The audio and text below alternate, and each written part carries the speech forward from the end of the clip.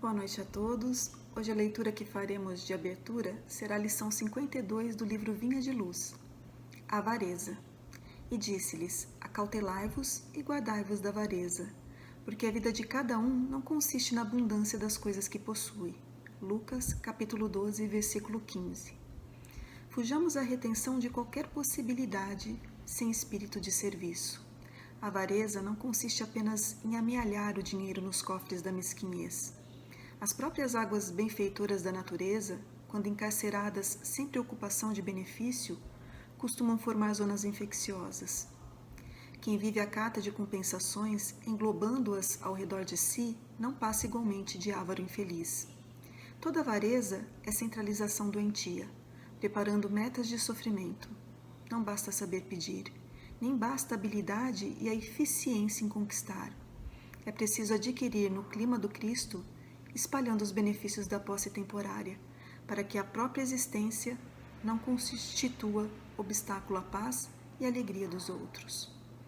Inúmeros homens, atacados pelo vírus da avareza, muito ganharam em fortuna, autoridade e inteligência, mas apenas conseguiram, ao termo da experiência, a perversão dos que mais amavam e o ódio dos que lhes eram vizinhos. Amontoaram vantagens para a própria perda. Arruinaram-se, envenenando igualmente o que lhes partilharam as tarefas do mundo. Recordemos a palavra do Mestre Divino, gravando-a no espírito. A vida do homem não consiste na abundância daquilo que possui, mas na abundância dos benefícios que esparge e semeia, atendendo aos desígnios do Supremo Senhor. Então vejam que a avareza humana ela não se fundamenta apenas em reter a posse de recursos financeiros, mas também conter, de modo automático e doentio, os conteúdos da própria vida interior. A dificuldade de dividir e prover, ela vem de uma sensação ilusória de prejuízo externo, quando na verdade o medo deveria ser o da perda dos valores internos.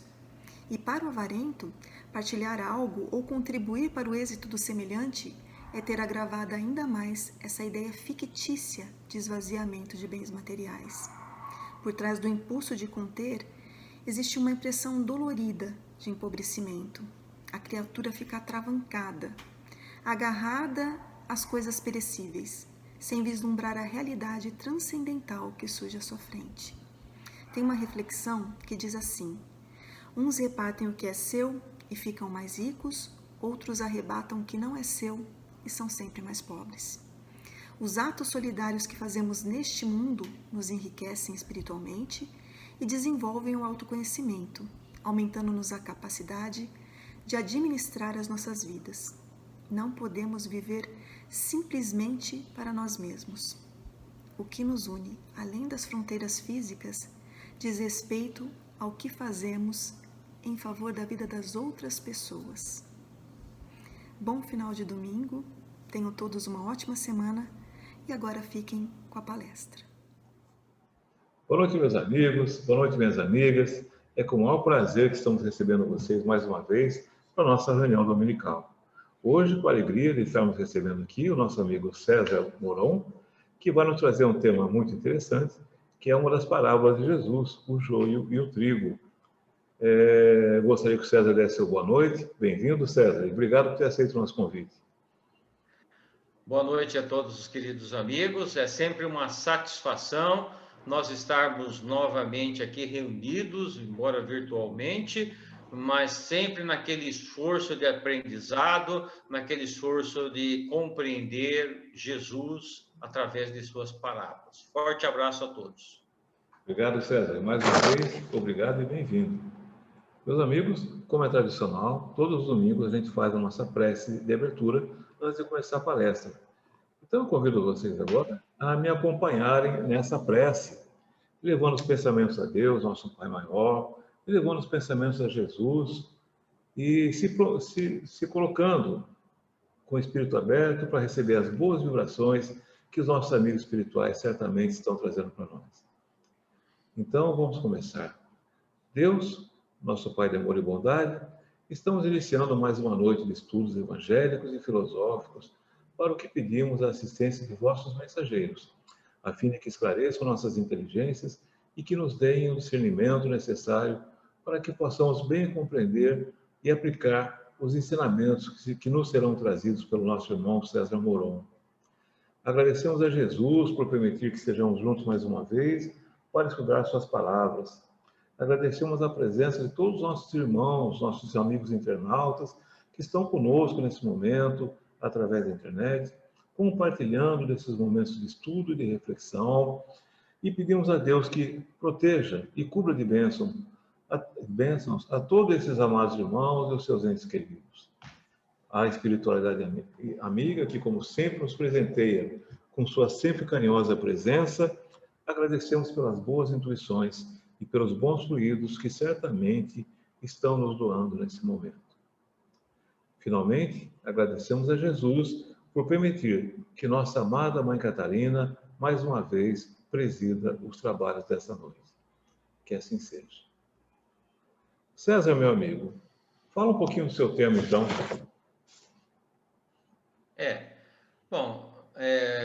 Antes de entrarmos propriamente dito na parábola, nós temos que relembrar da importância de nós conhecermos profundamente Jesus. Porque conforme consta do Livro dos Espíritos, Jesus é o nosso guia e o nosso modelo. Modelo porque nós copiamos a conduta dele, e guia porque ele mostra o caminho. Na realidade, Jesus é a bússola da nossa vida. Ele mostra a direção que devemos seguir. E o caminho, cada um trilha segundo o seu livre-arbítrio. Mas nós temos uma direção segura de onde viemos, por que estamos aqui, para onde nós vamos. Então, dentro do livre-arbítrio de cada um, nós temos essa liberdade. O problema começa quando nós nos dizemos cristãos e não conhecemos os ensinamentos de Jesus. Nós ouvimos falar uma parábola, mas qual o ensinamento que Jesus passou, quis nos deixar naquela parábola? E nós temos dificuldades em entender. Hoje nós vamos tratar, por exemplo, do joio e do trigo. E nem todo mundo consegue identificar ou colocar como uma atividade prática em sua vida o conhecimento dessa parábola. Então, daí essa importância. Se nós temos Jesus como nosso modelo e guia, nós temos, sim, que conhecer melhor os ensinamentos de Jesus. Essa é a nossa primeira obrigação. A segunda é vivenciar esses conhecimentos, que a doutrina espírita tão de perto nos fala ao coração, trazendo o esclarecimento e a compreensão dos ensinos de Jesus. Então, no estudo de hoje, nós vamos trabalhar essa parábola. Eu vou fazer uma breve leitura dela, para que aqueles que não a conhecem ou não estão familiarizados possam ter um entendimento. Diz assim, está em Mateus 13, 24 e 30. Propôs-lhe outra parábola, dizendo: o reino dos céus é semelhante ao homem que semeia boa semente no seu campo. Mas, dormindo os homens, veio seu inimigo e semeou o joio no meio do trigo e retirou-se. E quando a erva cresceu e frutificou, apareceu também o joio. E os servos do pai de família, indo ter com ele, disseram: Senhor, não semeaste tu no teu o joio? E ele lhes disse: um inimigo é quem fez isso. E os servos lhe disseram: queres, pois, que vamos arrancá-lo? Porém, eles lhe disse: não, para que ao colher o joio, não arranqueis também o trigo com ele. Deixai crescer ambos juntos até a ceifa. E por ocasião da ceifa, direi aos ceifeiros: colhei primeiro o joio, atai-o em molhos para queimar, mas o trigo ajuntai no meu celeiro. Mateus. Veja que interessante essa colocação dessa parábola, que ela nos fala, basicamente, numa aplicação para o nosso mundo íntimo, para o nosso mundo exterior. Nós aplicamos ela nos nossos relacionamentos e aplicamos também no nosso coração. Então, ele traz como ideias principais essa passagem, a luta existente entre o bem e o mal, entre o certo e o errado.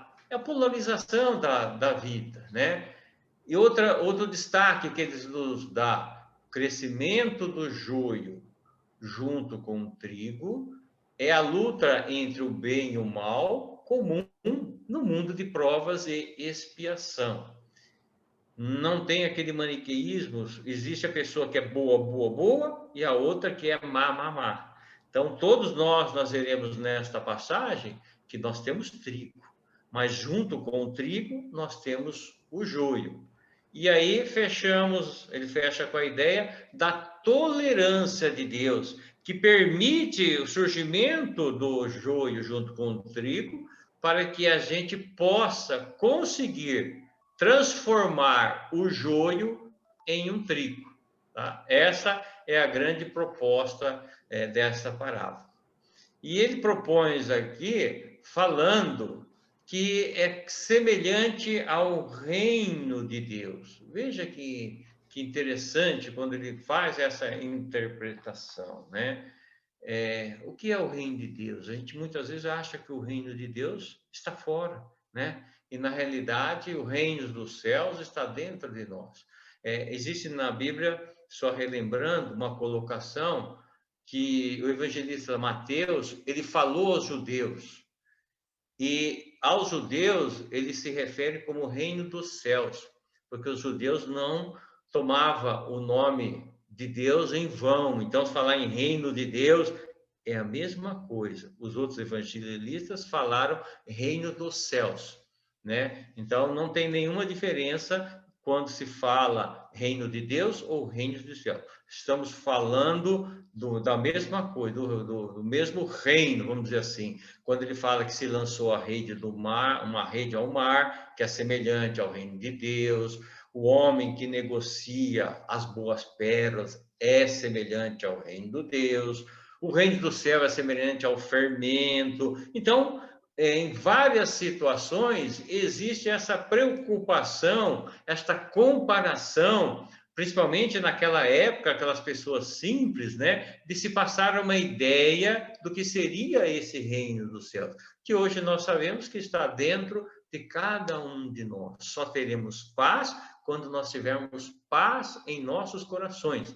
Não adianta você estar num local, numa determinada colônia espiritual, alguns têm o sonho de consumo de ir para nosso lar. Se você não tiver paz em seu coração, você não terá um reino dos céus, um reino de Deus, um reino de paz dentro de você. A beleza das parábolas de Jesus é que ela permite várias interpretações. Ela permite várias reflexões. E isso, em vez de ser negativo, é positivo.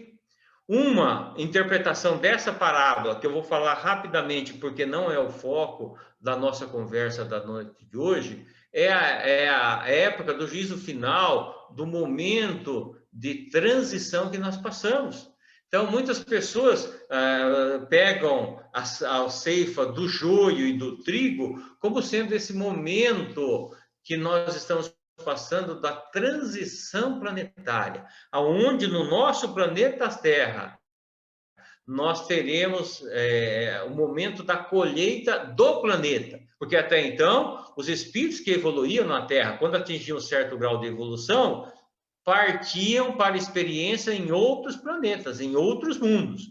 Só que agora nós estamos vivendo uma época em que o planeta Terra vai mudar de categoria, de prova e expiação para regeneração. Então, as pessoas também interpretam essa parábola do joio de trigo como sendo esse momento, essa colheita que será feita no planeta Terra. E não está errada essa interpretação, porque aqueles espíritos que não conseguirem manter os níveis de fraternidade, solidariedade, tolerância aqui na Terra, serão encaminhados a outros mundos. É a ceifa, é a colheita, que cada um mesmo está se colocando espiritualmente através dos seus pensamentos e das suas atitudes, né? Então, é um momento, sim, de colheita, tá? Mas nós não vamos adentrar nessa interpretação, que é interessante também, se encaixa perfeitamente.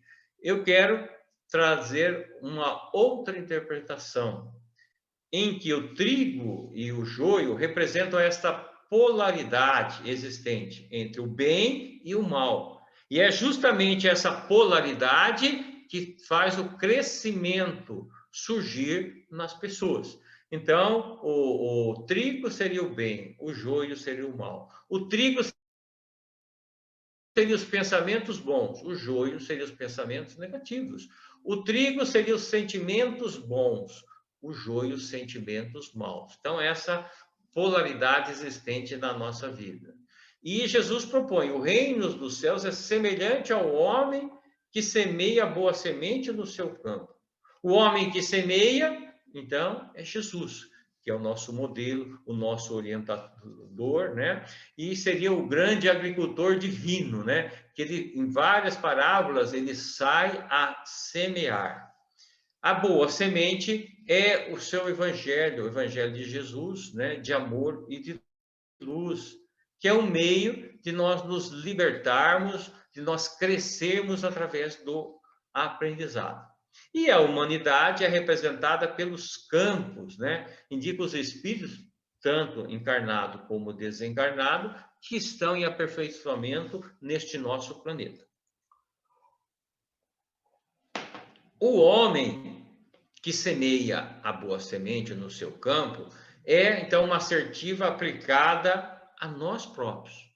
Quando é que nós semeamos? Dependendo do nosso estado evolutivo, quando nós selecionamos valores para a nossa vida.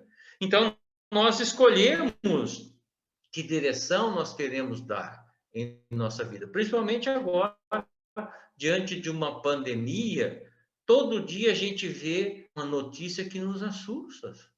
Antes se assustava só da pessoa que foi lá e trocou a vacina. Ainda hoje, no noticiário agora da hora do almoço, os traficantes invadiram um posto de saúde para roubar vacinas. Então é coisa de mundo de prova e expiação. Nós temos aí o joio junto com o trigo. A necessidade de cada um deixar o foco da boa semente. Lembrando, ninguém só tem joio dentro de si e ninguém só tem o trigo. Nós estamos nesse caminhar desenvolvendo esses dois aspectos. No livro Pão Nosso, Emmanuel faz uma observação que nós temos um tesouro à nossa frente e muitas vezes nós deixamos passar despercebido. Nós não damos a atenção, né, que o Evangelho de Jesus é esse roteiro. Mas cada um tem a liberdade de você aprender, você caminhar ou não. E em várias circunstâncias é que aparece esse ensinamento. Nós pensamos assim, eu vou numa igreja, eu vou no centro espírita, lá é que eu vou receber a boa semente. E é justamente no dia a dia da nossa vida é que aparece a divina providência trazendo os ensinamentos para nós. Então, esse ensinamento não vem embalado com rótulo de religião.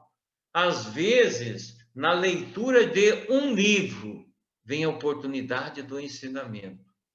Numa particularidade do nosso trabalho, numa observação de um amigo, numa batida de carro.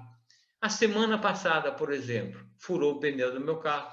Eu encostei na avenida que eu estava e comecei a trocar o pneu. Aí eu percebi que eu já estou velhinho, porque parou uma pessoa para me ajudar. Eu não conhecia a pessoa, alguém veio ajudar o velhinho de cabeça branca a trocar o pneu. Uma pessoa que eu não conhecia, nunca vi, a pessoa parou, o senhor está precisando de ajuda? Me ajudou a trocar o pneu, trocou, agradeceu, foi embora. E eu no começo falei, será que é ladrão? Será? Porque você fica meio assim, né? Mas, no entanto, é uma oportunidade de você conhecer, ter uma boa ação, você recebe num momento inesperado da vida. Veja, se eu tivesse realmente com alguma dificuldade, eu teria recebido um socorro da providência divina sem que a pessoa soubesse quem eu era e sem eu saber quem era. Você veja, então a vida nos coloca em determinadas situações que nós vamos aprendendo. Essa semente que pode germinar ou não. Nós podemos aceitar o joio ou o trigo, porque nós podemos escolher qualquer uma dessas sementes. Quando nós nos envolvemos nas correntes do ódio, se nós tomamos uma decisão, né, com rancor que vá prejudicar alguém, nós estamos semeando, nós estamos alimentando o nosso joio. Toda vez que você fica nervoso, um pouco descontrolado, que você quiser desforrar em alguém, é o joio que você está alimentando. E às vezes uma atitude nossa dessa encarnação vai levar uma, duas outras encarnações para a gente consertar. Num momento que a gente faz sem pensar. E isso com a pandemia está mais evidente. Hoje mesmo tivemos notícia que um dono de um mercado pediu para a pessoa pôr uma máscara, a pessoa foi no carro, foi lá e deu um tiro, matou a pessoa, porque ela pediu para entrar no estabelecimento dela com máscara. Veja, nós temos que analisar, que reino de Deus está no nosso coração? Quando a pessoa é estressada, sob uma determinada pressão, mas todos nós estamos sofrendo a pressão da pandemia. Eu não fui vacinado ainda e nem tenho data ainda, nem sei se nessa encarnação conseguirei a vacina. Espero que sim, mas eu tenho que ter o meu teste de paciência. Eu tenho que ter a minha resignação. Estou esperando a minha vez.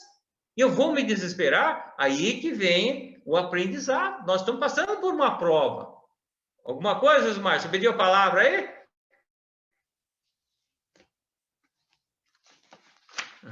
Tá. Então, nesse caso... Eu queria falar com você assim, César. Eu queria voltar um pouquinho no começo e fazer um paralelo com o que você acabou de falar aqui, né? No começo você falou que veio o inimigo e aproveitou que o homem estava dormindo e semeou o joio no meio do trigo, né? Então, eu queria perguntar para você o seguinte: qual que é a relação que há entre a frase de Jesus, orai e vigiai, e essa parábola do joio e do trigo? Aí ele diz assim, veio o inimigo. Antes ele fala que quando a gente dorme, mas nesse aspecto, veio o inimigo. A gente pensa que assim, veio o obsessor, né? Veio o obsessor e atuou naquela pessoa. Mas aqui não fala inimigo no sentido do obsessor. É no sentido do adversário do bem. Não necessariamente um obsessor. Uma pessoa que não é simpática conosco. Seria a questão do inimigo. A infiltração do mal. Então, esse inimigo maior não está fora de nós, vendo do ambiente externo. O maior inimigo está dentro de nós, né? Que são as nossas reações. Se nós não nos conhecemos, nós temos esse tipo de reação. De chegar, alguém pede alguma coisa, você não aceita, você dá um tiro, você bate na pessoa, e aí entra o orar e vigiar. Porque se eu entro em sintonia na oração, eu consigo trabalhar melhor as adversidades do ambiente. Eu trabalho mais o meu egoísmo, a minha vaidade, o meu medo de sofrer, porque o inimigo é esse aqui, é o meu orgulho, é o meu desânimo aparecer. Quando aparece a minha vaidade, o que é a vaidade? É um joiozinho que está lá. Ou pode virar um joiozão, depende se eu vou alimentar ela ou não. O medo de sofrer. Quantas pessoas não estão com esse medo, esse desespero? Então, nós temos que trabalhar. Não vamos deixar que esse joio cresça. E aí nós temos que usar o recurso da oração, porque com a oração nós entramos em equilíbrio, em sintonia com a espiritualidade maior, com Jesus, com Deus, e isso nos traz equilíbrio, afasta essas energias negativas. Só que nós temos que sair de casa fazendo oração. Tem gente que faz uma oração quando levanta e não faz mais oração durante o dia, e faz oração por obrigação. Então, sempre que nós tivermos uma dificuldade, sempre que você vê um acontecimento infeliz, um acidente, sente onde você estiver, faça uma oração. Se conecte com Deus 2, 3, 4 vezes por dia. Este é o caminho. Porque senão nós deixamos aflorar os nossos sentimentos. Quando você vê algo que te choca, isso te deixa em desequilíbrio, se te desestabiliza. Certa feita eu passei por um acidente, vi muito sangue assim. Nossa, eu tremia, eu não tinha nada a ver com aquilo. Só de ver aquilo me desestabilizou. Levei uns 3 dias para me acalmar. Porque toda hora você ficava vendo aquela pessoa caída, quebrou o braço, quebrou em 3 lugares a perna, um acidente de moto. Então, nós temos que estar cultivando a oração. Então, o caminho é esse. Por isso que Jesus falou, né? Orar e vigiar. Só que a gente fica orando e vigiando os outros. Você olha o seu vizinho, olha lá, não. É vigiar as nossas atitudes. É orar e vigiar os nossos pensamentos. Esse é o caminho. Deixa o vizinho ter a vida dele. Mas vigiando os meus pensamentos, eu me mantenho no equilíbrio. Eu mantenho o desânimo afastado. Porque quando você está trazendo os bons pensamentos, as boas energias, nós estamos trazendo justamente o equilíbrio. E sem oração, nós não temos como fazer essa questão. Então, por isso que ele fala, quando ele começa aqui, né, que ele vem, ele propõe a parábola que é o homem que saiu para semear. Mas aí, antes dele falar que veio inimigo, ele põe a seguinte fala: mas dormindo. Olha o detalhe, Osmar. Não veio a qualquer hora que veio o inimigo. Quando é que vem o inimigo? Quando que vem o desânimo? Quando que vem essa depressão? Quando que vem nosso orgulho? Esse descontrole. Quando nós dormimos. Ele coloca aqui. E dormir aqui não é, eu estou com sono, não. Não é aquele dormir que muita gente faz na casa espírita. Eu vou na casa espírita e me dá um sono. Não. Dormir aqui é no sentido de ficar desanimado, distraído, sem atenção para as questões espirituais da nossa vida. Quando nós esquecemos das questões espirituais, o joio aparece. Só para relembrar, Osmar, trigo, o que é o trigo? Esperança, caridade, alegria, amor, paz, fé, coragem, né? O joio, fofocas, pessimismo, ódio, vingança, intrigas, etc. É este lado. Então, Jesus já falou, no campo tem as 2 sementes. Isso quer dizer que todos nós temos os nossos joios. Nós falamos assim, meu joinho, né? A gente até fica simpatizante dele. Não é porque é meu, é a minha dificuldade. Faz parte do nosso quadro evolutivo, né? Que nós temos que trabalhar. Trabalhar isso para a gente poder entender. Então, é não dormir. Porque quando eu ficar desatento a essa questão, é quando eu descorrego. Vamos ver lá, a cobiça. Um exemplo aqui lá, né? Porque nós somos criados simples e ignorantes por Deus. Então vem a cobiça. Cobiça é diferente da inveja.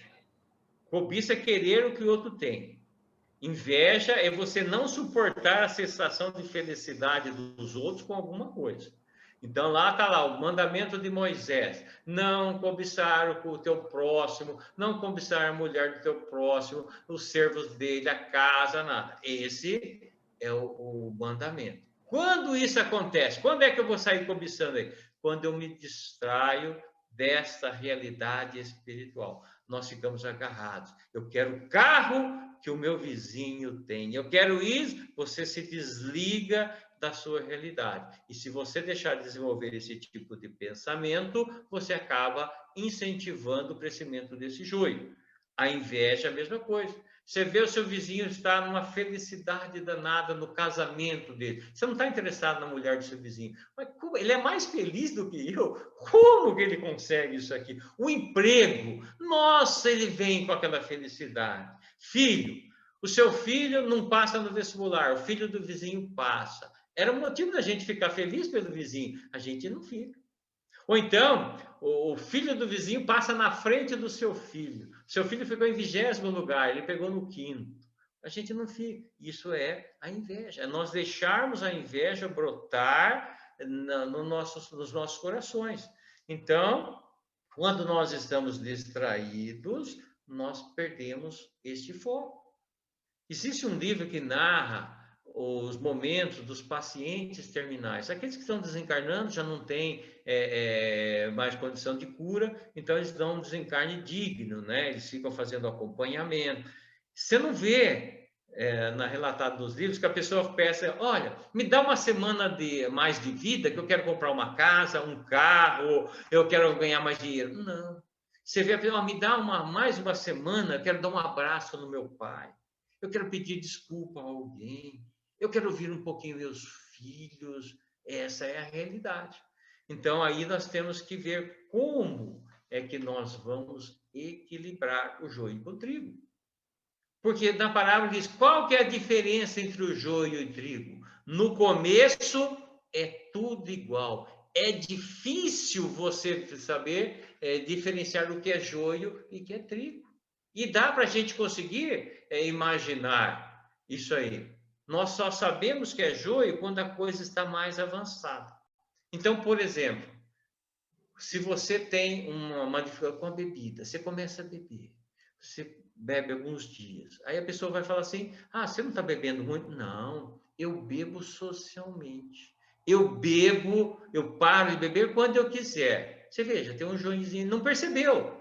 Mas, de repente, aquele consumo de bebida vira uma dependência. Então, o joio e o trigo é parecido. Só com o tempo que nós vamos saber. Alguém está usando droga. Eu estou fumando uma maconha, um baseado. Mas, de repente, aquilo que tinha um controle, ele sai do descontrole. Então, por isso que ele diz, no começo a gente não sabe, né, o que é joio e o que é o trigo. Jesus nos disse, conhece-se a árvore pelos seus frutos.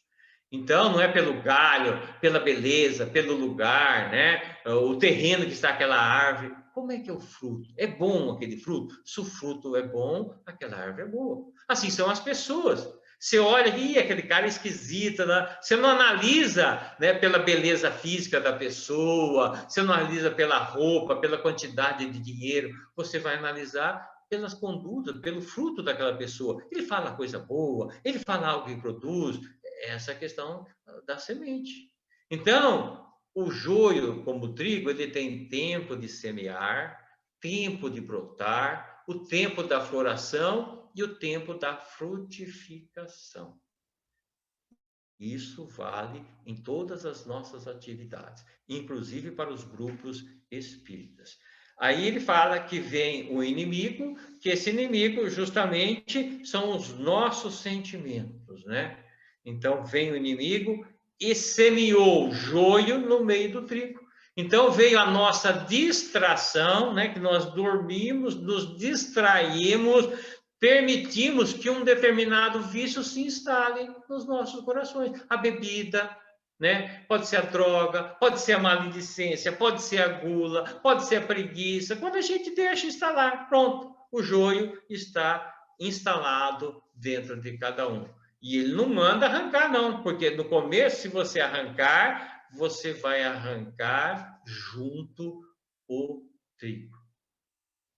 É interessante a gente ver essa questão, porque a providência divina só semeia o trigo, né?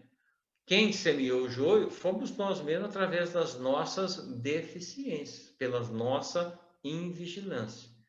Se nós formos pegar o livro Os Mensageiros de André Luiz, nós vamos ver lá que quase 90% dos espíritos que reencarnam com determinada missão, fazendo um planejamento da reencarnação, eles falham. E não falham porque querem. Ninguém fala, eu quero entrar no caminho do mal. O mundo nos chama atenção, nos dá determinados prazeres, o poder dá prazer, a riqueza dá prazer, a inteligência dá prazer. E quando nós não temos o equilíbrio, nós acabamos nos desviando da nossa proposta. Basicamente, todos nós prometemos ao reencarnar voltar à espiritualidade melhor do que aqui chegamos. Essa é a grande proposta nossa. Não é voltar santo, é nós voltarmos melhores. Então, nós reencarnamos e tentamos esse trabalho.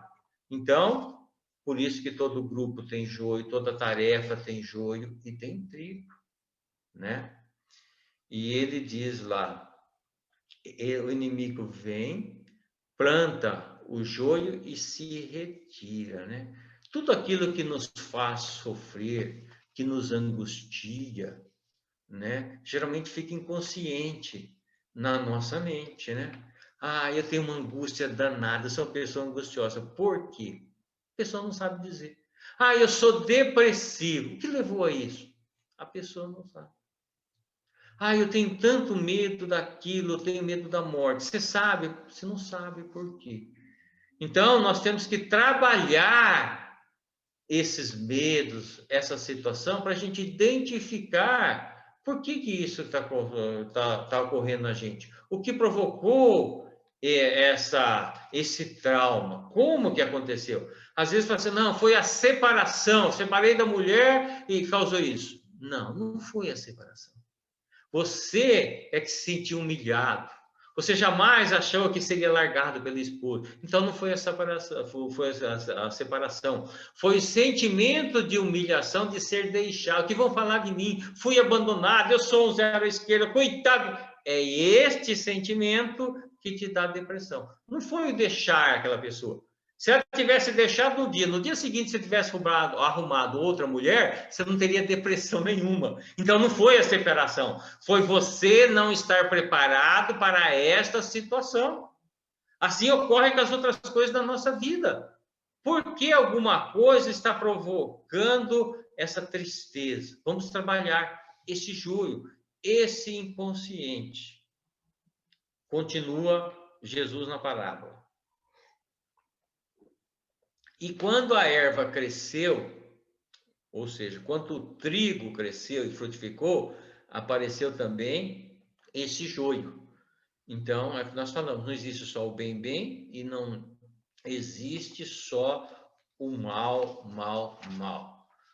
E por que o joio aparece? Nós fomos criados por Deus com a essência divina para o bem. Então, na natureza, tudo tem harmonia. Os minerais, os vegetais, os animais. Tem uma fase, eles vivem em harmonia. Você não vê os animais um com ciúme do outro, não. Aí, quando chega na fase humana, começa essa desarmonia. Porque nós temos desentendimento, separação, inimizade, que só aparece na espécie humana. Na realidade, a Bíblia já relata que já começou lá no começo do mundo, né? Aquela questão filosófica, Adão e Eva, né? Eva comeu aquela maçã, pronto, foi a encrenca do mundo, porque aí já aconteceu, veio o pecado, todo aquele tipo de coisa. Então, nós temos que ver o desentendimento já é histórico. Mas é justamente o diferente, o desentendimento, que nos leva ao despertar. Por quê? Ora na vida nós vamos acertar e ora nós vamos errar. Faz parte da nossa existência. Ora nós vamos reconhecer que temos que recomeçar, né? Reconhecer nosso erro e recomeçar. Ora nós vamos ter que voltar e repetir aquela ação, fazer o correto da outra vez. Por isso que isso é humano. E o joio é como o doce e o salgado, o trigo e o joio. Faz parte desse nosso aprendizado. Não tem como a gente não fazer esse aprendizado, esse crescimento através dessa polaridade existente. E aí os servos dizem, queres, pois, que nós arranquemos tudo? Né? Vamos, deixa que a gente tire esse joio. E aí o mestre fala, não, porque nós não sabemos o que é joio e trigo e nós arrancamos tudo. Um exemplo só. Vamos supor que seja uma pessoa que tem um medo da morte. Ah, eu acredito na imortalidade, mas eu tenho medo danado da morte. Aí a pessoa fala assim, não, então não fala nisso. Você fala, olha, você viu a morte? A pessoa até bate na mesa. 1, 2, 3, porque diz que se você falar dela, ela vem. Né? A superstição. Mas aí a pessoa tem esse medo terrível da morte. Como que nós trabalhamos? Aqui fala, vou arrancar esse joio, arrancar o joio, e você fala, olha, não pense na morte, tenha fé, você tem que ser firmeza, você abafa esse sentimento. Você está arrancando a força, esse joio. Na realidade, você não está arrancando, você está abafando esse joio. Porque cada dificuldade nós temos que trabalhar. Em vez de não falar, nós temos que falar. Você tem medo da morte? Então vamos ver o que está acontecendo. Por que você tem medo da morte? Você viu que tem vários tipos de morte? Você tem medo da morte do momento de morrer, se dói ou não? Você tem momento do que vai acontecer depois? Vai ter um julgamento ou não vai ter um julgamento? Você vai ter medo de encontrar certas pessoas lá que você prejudicou? Veja, quando eu trabalho estas questões, eu vou esclarecer, vou ver que sou espírito imortal e começa a diminuir em mim o medo da morte. Porque as pessoas têm medo da morte e não querem nem conversar do assunto. Aí que está o erro. Não adianta querer arrancar essa árvore, parecer que é bom. Não, nós temos que transformar esse joio num trigo. O medo da morte é um joio que nós temos que diariamente ir trabalhando para que ele se modifique e vire o trigo. Que você entenda o que acontece no mundo espiritual e você não vai ter surpresa nenhuma. Veja no Oeste, por exemplo, na Casa Espírita. No começo do Oeste, que alegria, né? Aquele monte de gente querendo estudar, aquele ânimo, né? Você olha para aquele grupo e fala assim, aqui tem joio e aqui tem trigo. Ah, sim, na Casa Espírita, em todos os lugares tem. Então, aí no começo você fala assim, a pessoa vem para o Oeste, chega toda a reunião 10 minutos atrasado. Primeira reunião você fala, olha, você não pode chegar atrasado. Segunda reunião você fala, você não pode, aqui tem disciplina, você não pode chegar esses 10 minutos atrasado. Na terceira vez que a pessoa chega atrasada, você fala assim, ó, você não pode participar, se você chegar mais, você não vai entrar.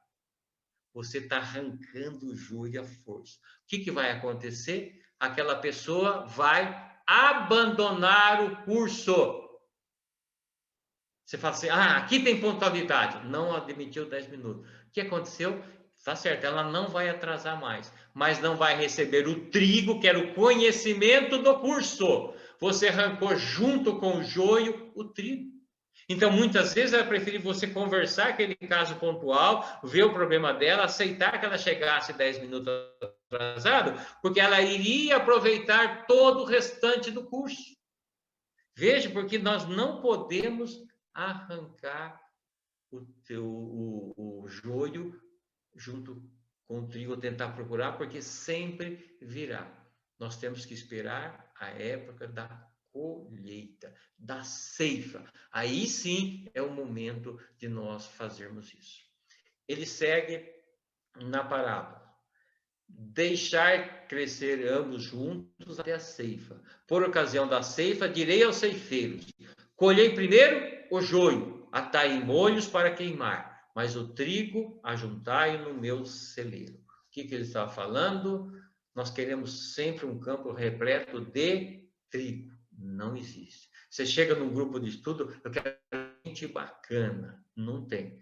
Porque seu vizinho vai falar assim, puxa, essa pessoa que é você, está fazendo o curso, nós achamos que são bacana. O vizinho nosso ali pode achar que nós não somos bacana. Então, nós temos que ter essa convivência, nós temos que cultivar os relacionamentos, nós temos que cultivar os grupos, nós temos que cultivar na nossa profissão. Todos nós somos como um vagalume.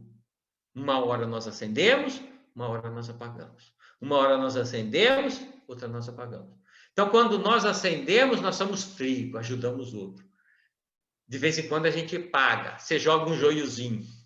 Você joga, dá aquela resposta mais agressiva. Você não leva o desaforo para casa. Você está fazendo o quê? Jogando o joio. Todo mundo joga o joiozinho. Você que me ouve, qual foi a última vez que você jogou um joiozinho em alguém? É, com você mesmo que eu estou falando. Pare para pensar. Qual foi a última vez que você parou e deu aquela resposta? Não teve paciência? Então, nós temos que rever. Nós somos esse vagalume. E a única pessoa que pode comprometer a nossa existência somos nós mesmos. Quando trazemos para o nosso dia a dia as experiências nossas do passado que nós não trabalhamos. Aquilo que já estamos fazendo daquela mesma forma. Daí a necessidade da mudança. E o movimento que nós estamos vivendo é um momento de evolução, né? De escolha consciente e responsável. Nós temos que assumir a responsabilidade das nossas escolhas. É uma decisão grave e de grande impacto essa nossa escolha. Mas não vamos ficar correndo atrás e nos preocupando com o joio. Nós sabemos que vai ter um momento que nós vamos colher. Não vamos querer abafar e levar sempre esse joio conosco. Quando ele fala que chega o momento da ceifa, da colheita, tem gente que entorta o nariz. Agora é o momento da colheita. A colheita não é boa nem ruim. Depende do que nós vamos colher. O que nós plantamos?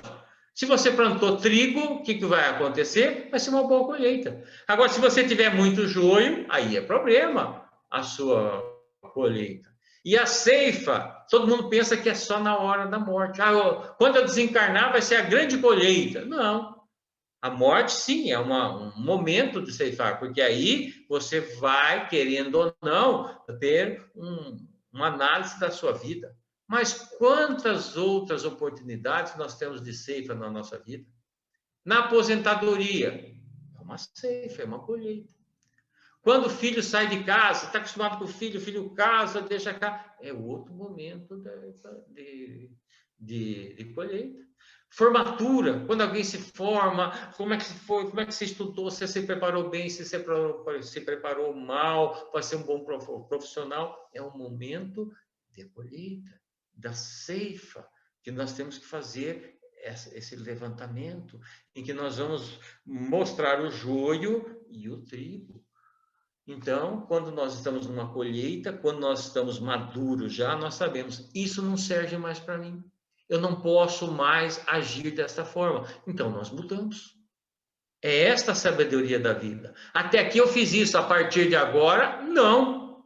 Serei uma pessoa mais calma, serei mais tolerante, procurarei pôr o perdão mais em prática na minha vida. Cada um vai ter que dar conta do seu joio. É isso que Jesus está falando. Não é o problema de eu ter o joio, é o que eu vou fazer com o meu joio. Porque cada colheita nós vamos juntar esse molho e queimar. Queimar é eliminar as impurezas. Veja, se eu estou na colheita do desencarne, o momento de juntar o joio é na próxima encarnação, eu vou queimar. Tudo aquilo que eu fiz de errado, que eu me comprometi, eu vou ter que aceitar. Acertar é a queima. Você vai ter que se ajustar perante a lei. Se você cometeu a infelicidade de cometer um suicídio, a queimadura vai ser a sua reabilitação na próxima encarnação. Como também a colheita boa, o que você fez de bom. Então, sempre nós vamos ter na nossa vida esses momentos. Imagine só, nós estamos chegando já no encerramento, no caso do caso espírita, no centro espírita. Nós sabemos que o centro espírita é uma oficina, é um hospital, uma escola abençoada. Ninguém duvida disso, todos nós sabemos. O centro é uma oficina porque lá nós exercitamos o amor. É um hospital porque encontramos cura para os nossos desequilíbrios. É uma escola porque aprendemos a servir sem reclamar. Pelo menos deveríamos aprender sem reclamar. Aí veio o semeador e semeou a noção de amor e respeito no nosso centro. Não é assim, né? Nossa querida irmã Catarina? É assim. Mas, como diz a parábola, experimenta se distrair um pouco. Experimenta dormir no centro espírita. Não aquele dormir de reunião mediúnica, não. Dormir de se distrair da realidade espiritual. Você se distraiu. Mesmo dentro do centro, vem o joio na nossa cabeça. Aí o joio diz, nossa, esse centro é uma bagunça. Esse centro só tem coisa errada. E não vai dar certo. O dirigente mediúnico aqui não sabe nada. É o joio chegando. Atenção! Olha o alerta, o joio está chegando. Se a gente estiver distraído, entramos nessa corrente de desânimo. E a gente se contagia nessa corrente negativa. É o inimigo. Mas dentro da casa espírita, sim, depende da sua sintonia. Então, a gente precisa ser o quê? Corajoso nessa situação. É assim que funciona no dia a dia. Trabalhar nosso joio e nosso trigo. Percebeu que o joio vai crescer? Vamos trabalhar aí. Você quer falar, Osmar? Eu quero sim, eu quero voltar, deixa eu ver aqui. Eu quero voltar a esse caso do tempo de ceifar. Essa ceifa pode ter a ver com a morte, como você acabou de falar do desencarne e tal, né? Você podia falar mais sobre isso? Sim. Podia falar um pouquinho também sobre se a ceifa tem a ver com essa tal de transição planetária? Sim. A ceifa é o momento que eu devo estar maduro, que eu vou fazer aquele balanceamento, uma prestação de contas. Nós temos vários momentos da ceifa, dessa colheita. Então, para o planeta Terra, a mudança do mundo de provas e regeneração para o mundo de regeneração é o momento de fazer essa colheita. Aqueles que não tiverem a vibração para permanecer na Terra, eles mesmos se auto-excluirão. É a ceifa, e não vão conseguir participar aqui. Não terão mais esse ambiente. É uma ceifa automática. Então, a ceifa, ela em si não é boa nem má. Depende do que nós plantamos. É o que nós vamos colher. E na nossa vida, nós temos vários momentos de ceifar. Por exemplo, quando você desmancha um casamento, numa separação de um casal, é o momento da colheita daquele relacionamento. No momento que um dos cônjuges se desencarna, o marido ou a mulher, você teve uma mudança grande na sua vida. É o momento de você colher, que vai mudar. O que você vai colher? Não sei como foi o seu relacionamento, mas pela árvore, pelos frutos das árvores, nós vamos conhecer. Então, a vida traz essa ceifa, não somos nós. Muitas vezes nós não escolhemos. Às vezes, no casal, ele perde um filho no acidente. É um momento da ceifa. Da gente, a vida nos obriga a fazer essa avaliação, a reavaliar os acontecimentos. O desemprego, no auge de uma pandemia, quem está desempregado, perdeu o emprego, muda completamente a vida da pessoa, desestabiliza. É o momento de uma ceifa. Como é que vai ser essa colheita? O quanto eu me preparei, o quanto eu não me preparei. Você vê, nós estamos numa pandemia, tem gente que não quer usar máscara, tem gente que não quer ficar longe do convívio, quer ficar fazendo aglomeração. E se desencarnar pela Covid é uma ceifa que vem aí. E muitas vezes não é ela se contamina no ambiente e leva para casa. É um familiar que pega a Covid. Imagine a colheita. Pior do que você pegar a Covid é levar a Covid para os outros. Isso eu tenho para mim. Por isso eu tomo todos os cuidados. Respeito a mim e respeito às pessoas. Então, essa colheita, a vida traz. Não tem data marcada. São a programação espiritual junto aos acontecimentos da nossa vida. Eu até imagino assim, a vida de um filho numa família é um momento de ceifa. Muda o relacionamento familiar do marido com a mulher, do filho. Um filho traz alegria, traz vida para casa, traz bagunça, traz dificuldade, traz trabalho, traz. Mas as alegrias são muito maiores. É uma colheita daquilo lá. Então, não podemos ter medo da colheita. Todo mundo fica assustado e fala, não, mas ele junta o joio e taca fogo. O tacar fogo, eu já disse, é você eliminar aquilo que não te serve, que não presta mais, seus vícios. Se você espontaneamente está querendo fazer isso, não é para ser doloroso isso aí. Você libertar de uma bebida, parar de falar mal dos outros, procurar estudar mais um pouquinho, treinar um pouco mais a paciência. Quer mais do que a Covid que nos obriga a rever os nossos relacionamentos? Mudou tudo. E isso é bom. Essa mudança oxigena a nossa vida. É um tipo de colheita. Então, vejo perfeitamente enquadrado esta situação, Osmar. Nós não temos que ter medo de colheita. Nós temos que saber o que nós vamos plantar. E sabendo que todos nós temos joio dentro de nós, Vamos fazer com que o trigo cresça bastante e o joio vá diminuindo o tamanho. Vamos procurar a gente trabalhar os nossos joios, e o grande desafio é transformar um joio num trigo.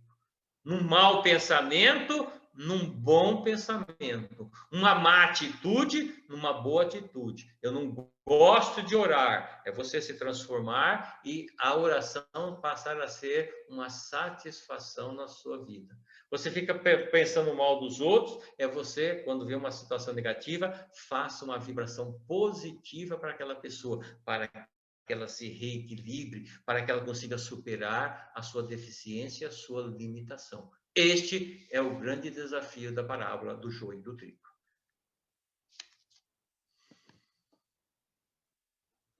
Palavras finais, Osmar? Posso já, se você não quiser falar mais nada?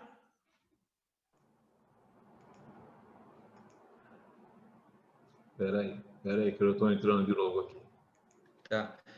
Por isso, então, quando Osmar vê lá, é que nós, diante dessa parábola, nós compreendemos melhor quando os Espíritos dizem, no livro dos Espíritos, que Deus nos criou simples e ignorantes, e que nós vamos caminhar rumo à perfeição.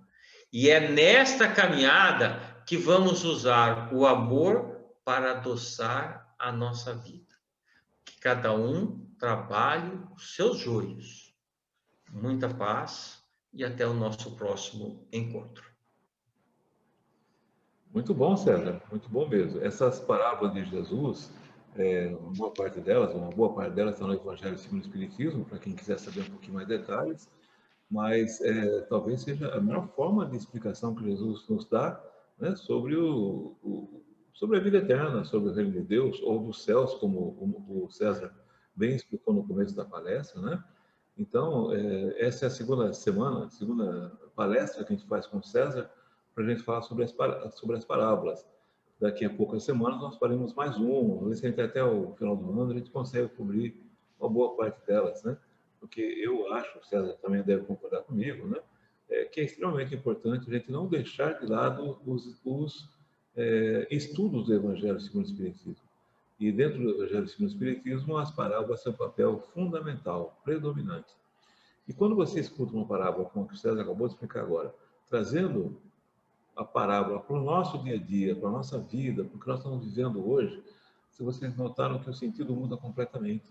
Então, algumas palavras que podiam ser assustadoras, César, como, por exemplo, botou fogo no joio, né? Quando se entende o sentido, já não é mais assustador, né? Então, é muito importante que nós todos nos empenhemos também em conhecer um pouquinho mais as parábolas. E por isso tudo, eu sou muito grato ao César, eu agradeço demais a presença dele, mas eu agradeço mais ainda a presença de cada um de vocês que tem estado conosco hoje à noite. Espero que vocês tenham aproveitado bem os ensinos do César e que a gente comece a nossa semana com uma forma positiva de pensar, com uma forma positiva de separar o que é certo e o que é errado, separar o joio do trigo, né? Então, que Deus nos ampare no início dessa semana. Fiquem com Deus, um grande abraço e encerraremos agora com a prece final com César, por favor.